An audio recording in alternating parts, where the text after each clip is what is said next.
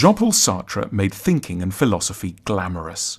He was born in Paris in 1905. He had a strabismus, a wandering eye, and wore distinctive heavy glasses. He was very short, 5 feet 3 inches, and frequently described himself as ugly. By the 1960s, Sartre was a household name in both Europe and the United States, and so was his chosen philosophy, existentialism. Sartre is famous principally for his book, Being and Nothingness, which enhanced his reputation not so much because people could understand his ideas, but because they couldn't quite. 1. Things are weirder than we think. Think of what you know as the evening meal with your partner. Under such a description, it all seems fairly logical, but a Sartrean would strip away the surface normality to show the radical strangeness lurking beneath.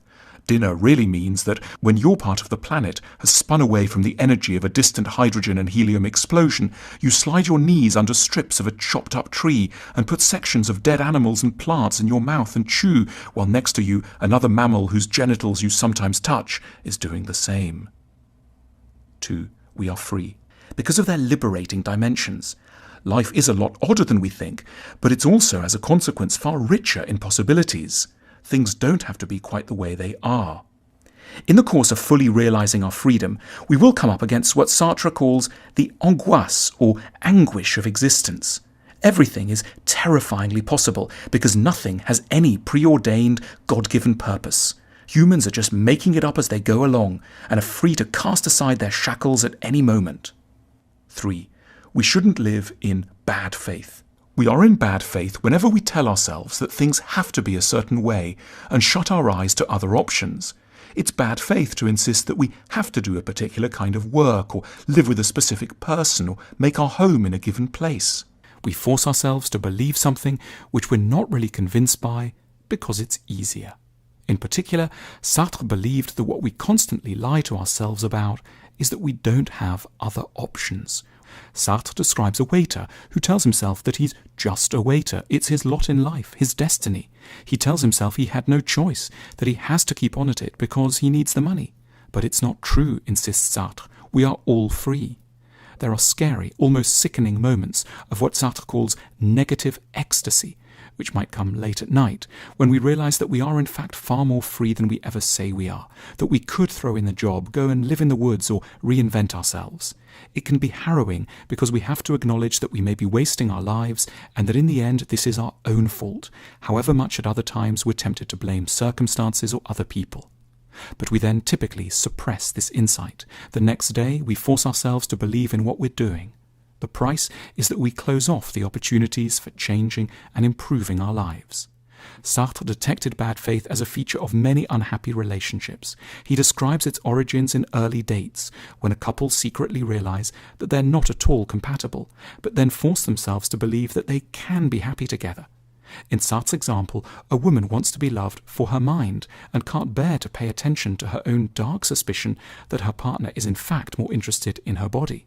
Meanwhile, the man realizes that the woman isn't interested in him sexually, but keeps telling himself that really she must be. They both lie to themselves, and that's why they end up together and unhappy. Bad faith will lead them to throw the blame on each other, saying it's the other's coldness or lack of sophistication that's the problem, when really it's their own doing.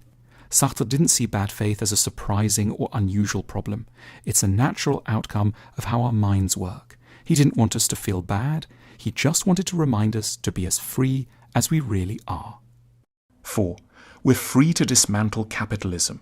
This passivity in the face of money enraged Sartre at a political level. He thought of capitalism as a giant machine designed to create a sense of necessity, which doesn't in fact exist in reality. It makes us tell ourselves we have to work a certain number of hours, buy a particular product or service, and so on. But in this, there's only the denial of freedom and a refusal to take as seriously as we should the possibility of living in other ways. It was because of these views that Sartre had a lifelong interest in Marxism. Marxism seemed in theory to allow people to explore their freedom by reducing the role played in their lives by material considerations. Sartre took part in many protests in the streets of Paris in the 1960s. Arrested yet again in 1968, the President of France, Charles de Gaulle, had him pardoned, saying, "You don't arrest Voltaire." Sartre also visited Fidel Castro and Che Guevara and admired them both deeply. As a result of these connections and his radical politics, the FBI kept a large file on Sartre, trying to deduce what his suspicious philosophy might actually mean. Sartre is inspiring in his insistence that things don't have to be the way they are. He's hugely alive to our unfulfilled potential as individuals and as a species. He urges us to accept the fluidity of existence and to create new institutions, habits, outlooks, and ideas. The admission that life doesn't have some preordained logic and is not inherently meaningful can be a source of immense relief when we feel oppressed by the weight of tradition and the status quo.